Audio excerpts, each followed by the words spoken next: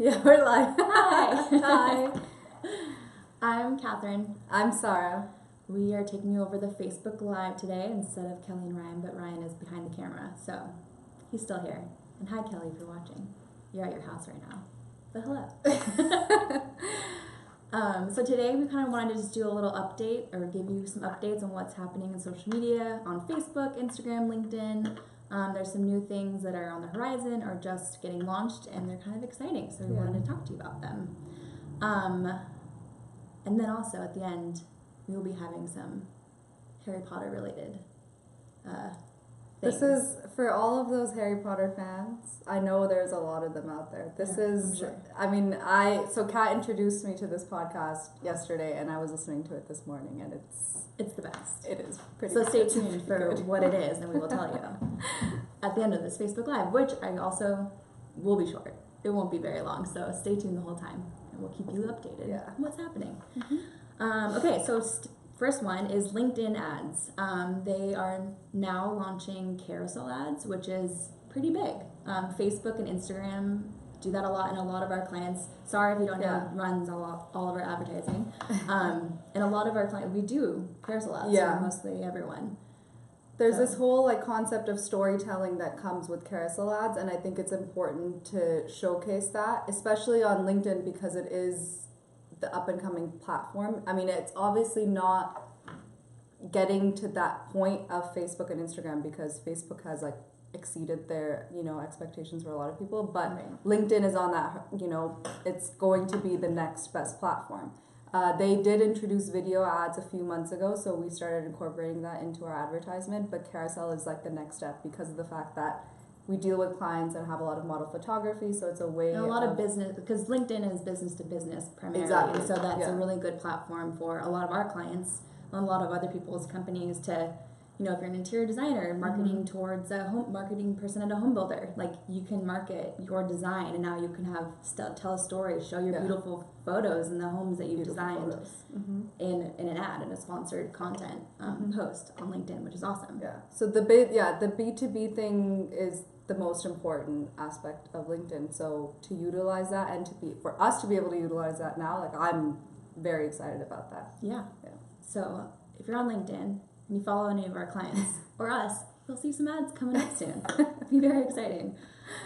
So next up, we have Instagram. So the big news for Instagram this week is they launched something called IGTV, which is basically their version of long videos. So as most of you know, if you're on Instagram, you can, at the moment, when you post something on your profile, you can only post a video that's a minute or shorter. Yeah. Basically, it's 59.9 seconds. It can't be a minute, which is very frustrating. But this is basically going to be within the Instagram platform, and eventually they will have, they say, their own standalone app. And this is to kind of compete with YouTube a little bit, which is big because YouTube.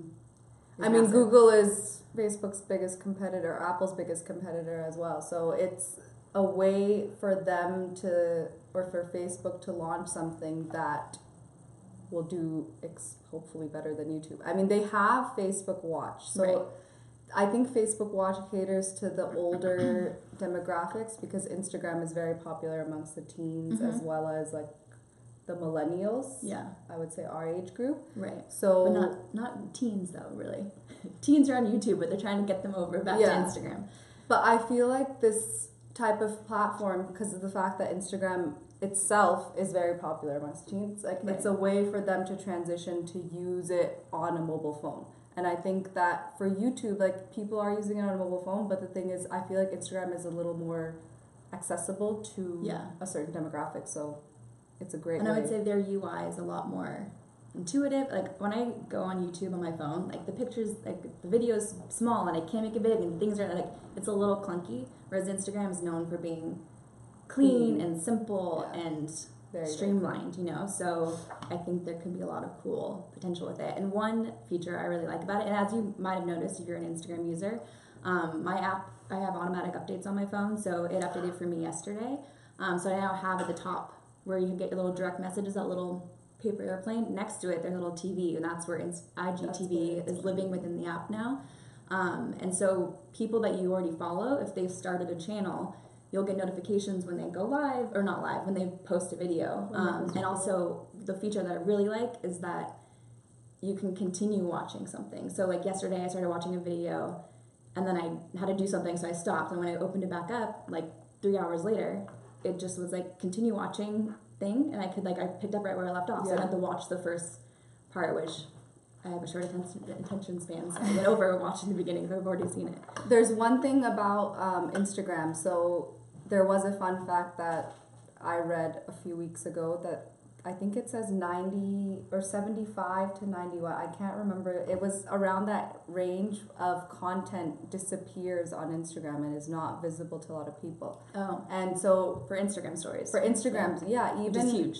So like, especially if you have video content that you want people to see, I feel like this IGTV platform is a great way to display that because of the fact that you can watch it over. Yeah, and it's there. It won't just disappear. It lives there now. And that's the long form video, which, you know, does work. A lot of times on social media, people, you want to do 15 seconds, 30 seconds, a minute.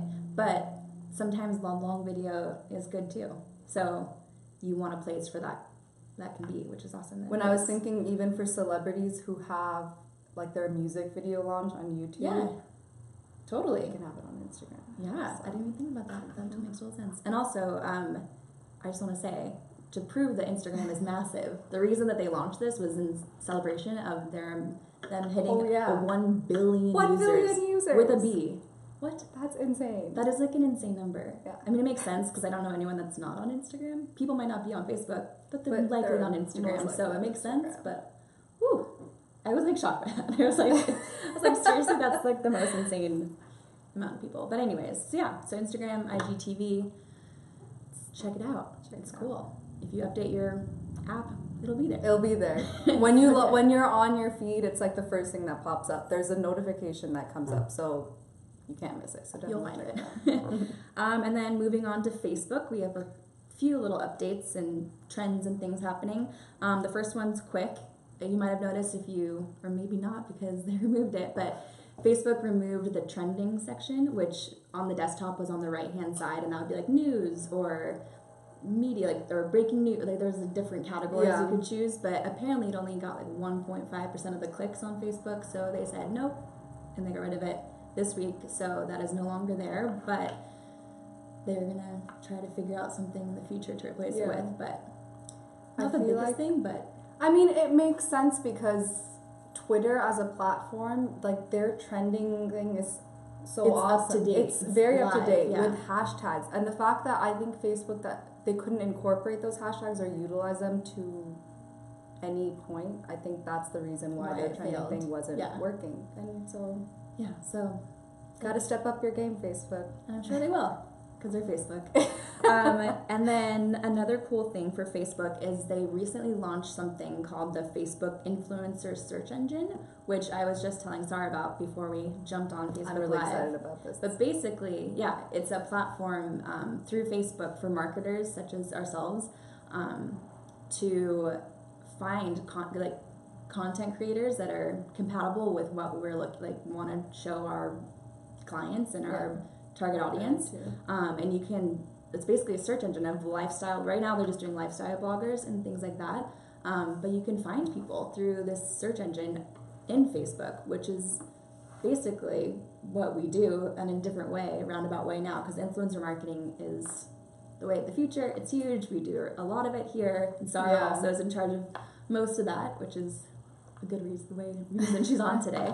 But yeah, so what do you think about? I think that, so it's very hard to find the right type of influencer, and I mean, this isn't definitely something that we can talk about on Facebook Live next for another thing, but on another week. But my biggest struggle again was finding a great type of platform and to be able to search a certain type of influencer that you want to target, because there are a lot of type of influencers, and you don't want somebody who is not able to, I guess, storytell in a way, to tell their own personal story when it comes to selling or even pitching some sort of brand.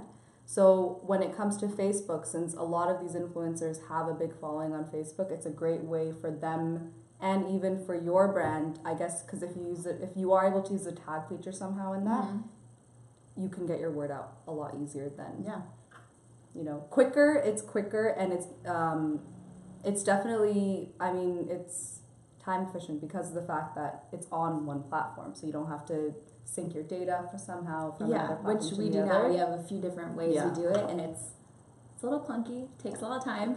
But So, this will eliminate a lot of the time, so I'm really Which is excited awesome. about it. and I'm sure it'll probably be Facebook and Instagram, Mm-hmm. because Instagram is owned by Facebook, Mhm. so that's big. We'll see how it goes. We'll let you know. Yeah, we probably should do a Facebook Live all about influencer marketing in the future anyway. It's pretty exciting. And then the next one's Sarah's gonna lead. Yeah.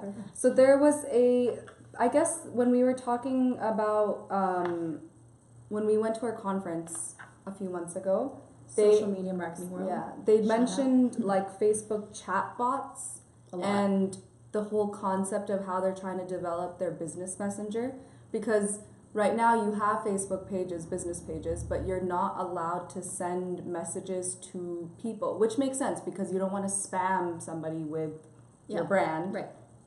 But the No thing one is, wants that shoved down their throat. and like even like I launched a charity organization. We were trying to, I guess, to convince people to come. So it was hard to use your business platform to reach out to the public.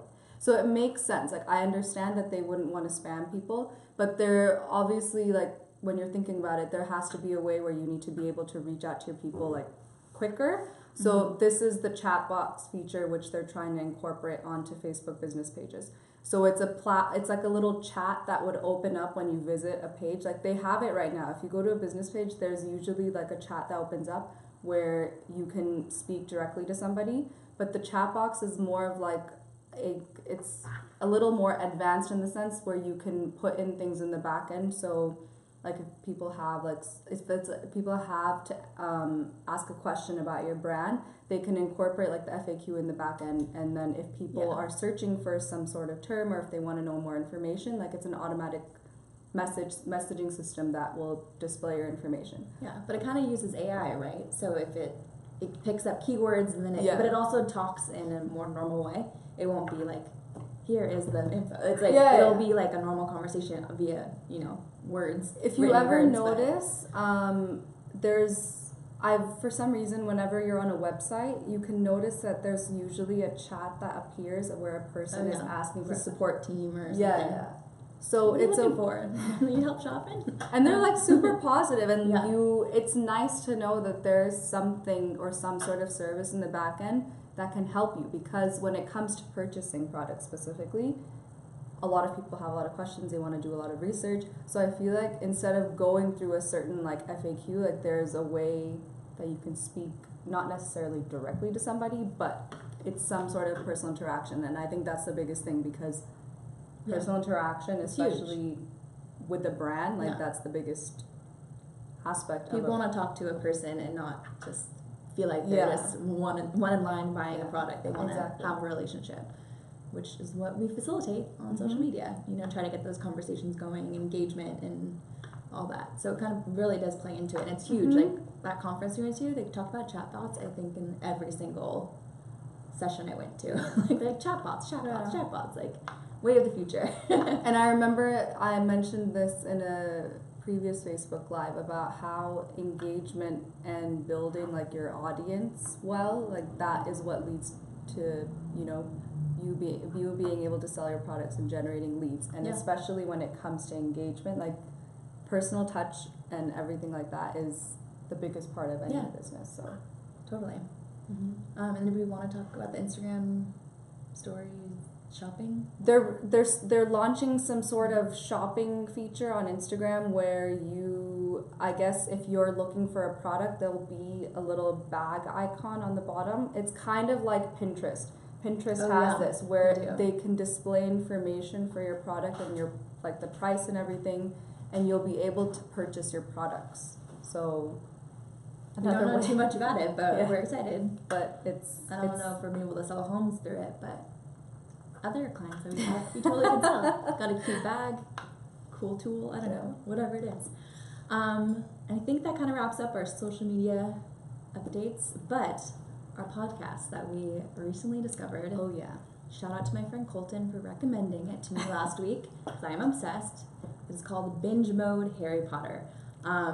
And Binge Mode is actually the podcast itself, and then I think they're on the third season. I'm not sure what they did the first season, but last summer they went through all the Game of Thrones books, which I plan on doing. I will listen to the Binge Mode Game of Thrones. I'm starting with Harry Potter just because Harry Potter, my heart and soul, I love it too much. It's kind of a problem. Harry Potter, I feel like, is a part of everyone's It should life. It just defines my childhood as well. So. You know what I realized this morning when I was listening to one of the episodes? I was finishing out this week's episodes. It's 20 years ago this month that I read my first Harry Potter book because I got it as my 4th grade promotion gift from my grandma. So in 1998, so it's been 20 years. That's awesome. Yeah, which I was a little like, oh, okay, cool, that's a long time. But I'm still as much of a Harry Potter fan as I was then. Probably more than I was then, but yeah. Definitely more than, we've both been to the Wizarding World of Harry Potter where they filmed all the movies in London, which was amazing. You can visit they have like the props, they have the sets, and you'll be shocked to see how small the Great Hall is. Oh, it's crazy.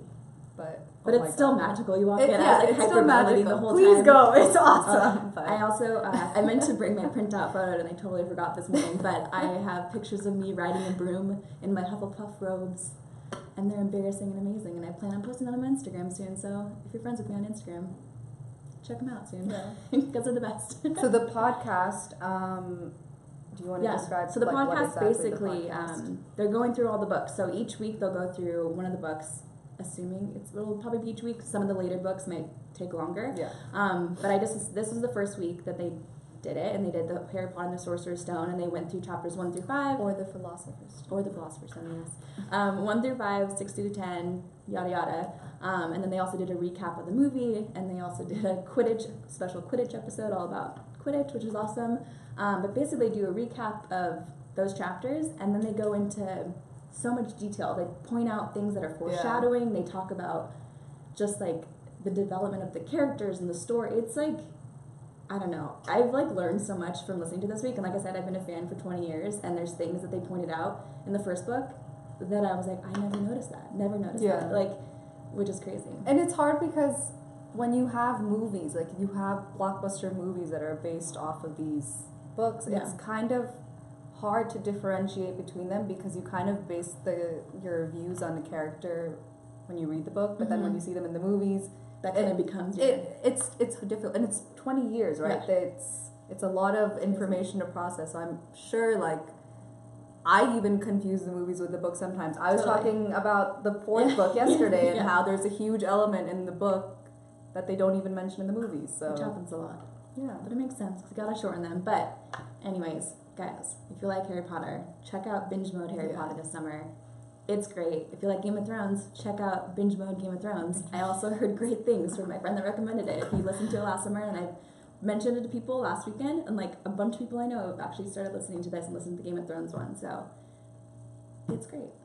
I mean, the 2 people who are hosting the podcast, well, I mean, I was already going to listen to it because I love podcasts, but the thing that got me hooked was within the first like few minutes, the guy said, "Oh, you're a podcast, Harry," and I was like, "All right, I'm sold." Yeah, he does impressions. It's amazing. It's great. So definitely listen to it and let us know what you think. Yeah. Or if you love Harry Potter, let us know because we'll talk about Harry Potter literally all day. It's no problem. We love it. So it's cool. Anyways, thanks so much for joining our Facebook Live this morning. And if you have any questions about any of the things we talked about, leave them in the comments or email us. Do whatever. Yeah, we'll talk to you. So I think that's it. Thanks so much, guys. Have a good weekend. Bye.